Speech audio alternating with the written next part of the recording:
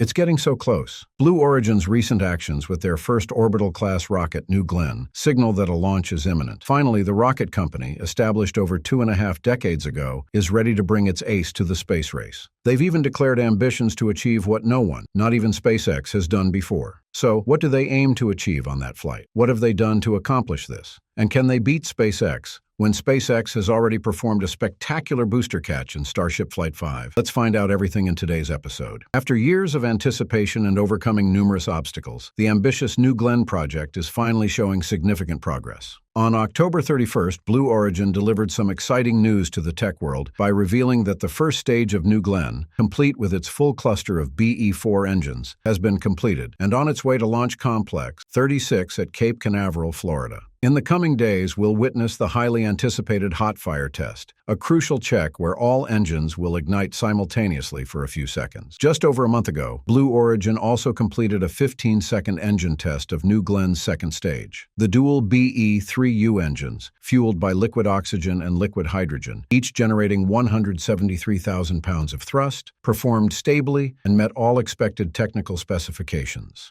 With these achievements, Blue Origin's ace card is nearly ready, and now, what we are eagerly awaiting is New Glenn's maiden flight. New Glenn will become the fourth heavy-lift commercial rocket to enter the market, following ULA's Vulcan and SpaceX's Falcon Heavy and Starship. This milestone not only highlights the explosive growth of America's private space industry, but also signals a new era where private companies, not governments, are steering the space race. And it's an absolutely massive step forward for Blue Origin. Well, there's something very interesting that you might not have noticed. Recently, Blue Origin has made some intriguing moves after a long period of silence about the New Glenn project. The company has started revealing more details about its pride and joy, primarily focusing on the rocket's first stage. That's right, because Blue Origin's ambitions go far beyond just getting New Glenn, their first orbital rocket, into space. They plan to recover this massive first stage on a specialized barge named Jacqueline on its very first flight. We're calling New Glenn's first booster, so you're telling me there's a chance. Why? No one has landed a reusable booster on the first try. Yet, we're going for it, shared Dave Limp, CEO of Blue Origin, on X. When he said no one, they were positioning themselves as challengers, even to SpaceX, the current king of the launch industry. Well, if I'm not mistaken, every space program in history, whether it's a national program like those of the USA, the Soviet Union, Japan, India, or China, or commercial programs like SpaceX, has encountered at least one catastrophic failure in the process of transitioning from the first successful suborbital vehicle to the first successful orbital vehicle capable of carrying multiple tons of cargo into orbit. Such an aggressive move, isn't it? Now let's take a look at the numbers and configuration of New Glenn's first stage. It's a large and complex machine with 4 aerodynamic control fins, solid metal fins placed along the rocket's body, and 2 aerodynamic strakes at the rear of the tanks. They are designed to enhance cross-range capability during descent, giving the booster better maneuverability on its way down.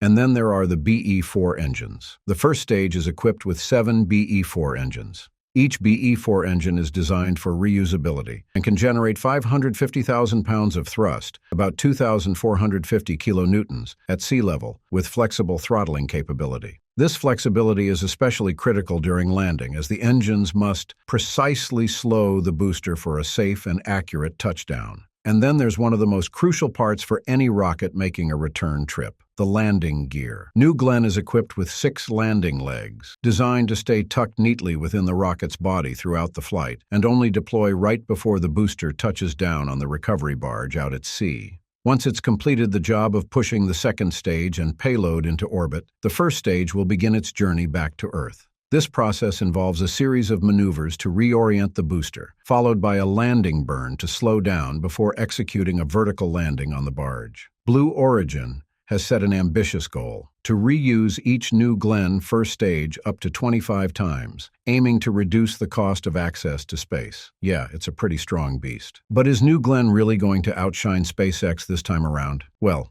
it's comparison time. First thing first, SpaceX successfully nailed their booster landing on their very first attempt, Whether Blue Origin can do the same is something that hasn't happened yet. And actually, Blue Origin's vision bears a lot of resemblance to SpaceX's. Both are driven by the ambition to democratize space through reduced launch costs. I'm certain New Glenn and Starship will take on many of the same initial missions, setting the stage for some real competition between these two heavy lifters. But here's the twist. Blue Origin doesn't like to play the trial and error game. They've shown this with the BE-4 engine, which performed flawlessly on its very first flight, and has continued to prove reliable on ULA's Vulcan rocket. Blue Origin's bringing this same mindset to New Glenn, a strategy that could be seen as a mix of arrogance and a big ego. However, this drive for perfection could become a stumbling block. To ensure success on the first try, New Glenn's hardware has been designed with extreme complexity, incorporating layers of redundancies to tackle any situation that might arise.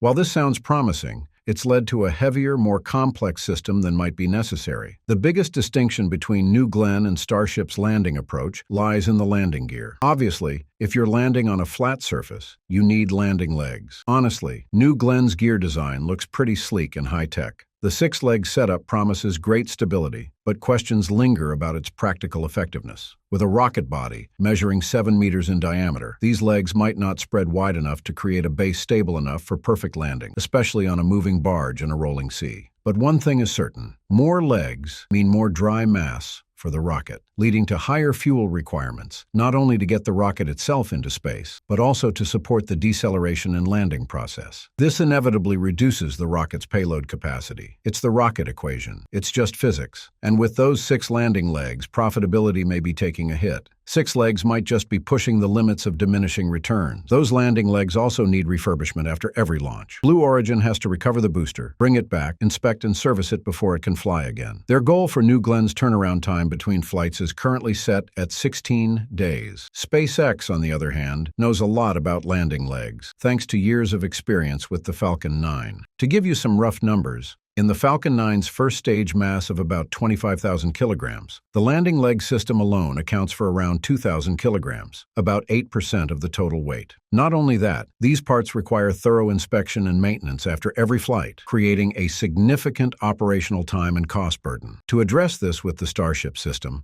SpaceX decided to ditch the legs, at least for now. Their vision? Catch the booster right on the launch pad, perform a quick inspection with minimal maintenance, then slap on a new Starship, refuel, and fly again, all within just a few hours. They don't have half a month to spare per launch. In today's space industry, timing means everything, and no one understands that better than Elon Musk. SpaceX's approach to rocket development has shown that the fail fast, learn fast mindset sometimes trumps aiming for perfection from the start. Don't believe me? New Glenn itself is a bright example of what I'm saying. New Glenn can deliver 45 tons to low Earth orbit, LEO, and 13.6 tons geostationary transfer orbit, GTO, nearly double Falcon 9's capacity. Not only that, its reusability and turnaround time are impressive compared to Falcon 9. But here's the catch. Blue Origin took so long to create a rocket that could launch perfectly from the start that New Glenn is already outdated. By the time they crafted a reusable rocket powerful enough to challenge Falcon 9, SpaceX had already moved far ahead with Starship. We're talking about a launch system that can send over 100 tons to low Earth orbit, and with the upcoming V3 version, this number could surpass 200 tons. This is an unprecedented leap in the space industry, a capability no other rocket in history has achieved. New Glenn now finds itself in a tough spot. It's too big to fit into the medium lift market, but too small to compete with the super heavyweights. It's like it's stuck between SpaceX's 2 generations of rockets, Falcon 9 and Starship. This highlights the risk of slow development in an industry evolving at breakneck speed. Once Starship becomes fully operational, and I believe that'll be soon, it will truly revolutionize space access. Starship has the potential to replace every launch system on Earth. With full reusability, groundbreaking low launch costs, and unmatched power, Starship will redefine how we reach space. That's it for today. If you enjoyed this video, please give it a thumbs up and subscribe to our channel for more in-depth looks at the latest advancements in space technology. Thanks for watching, and I'll see you next time.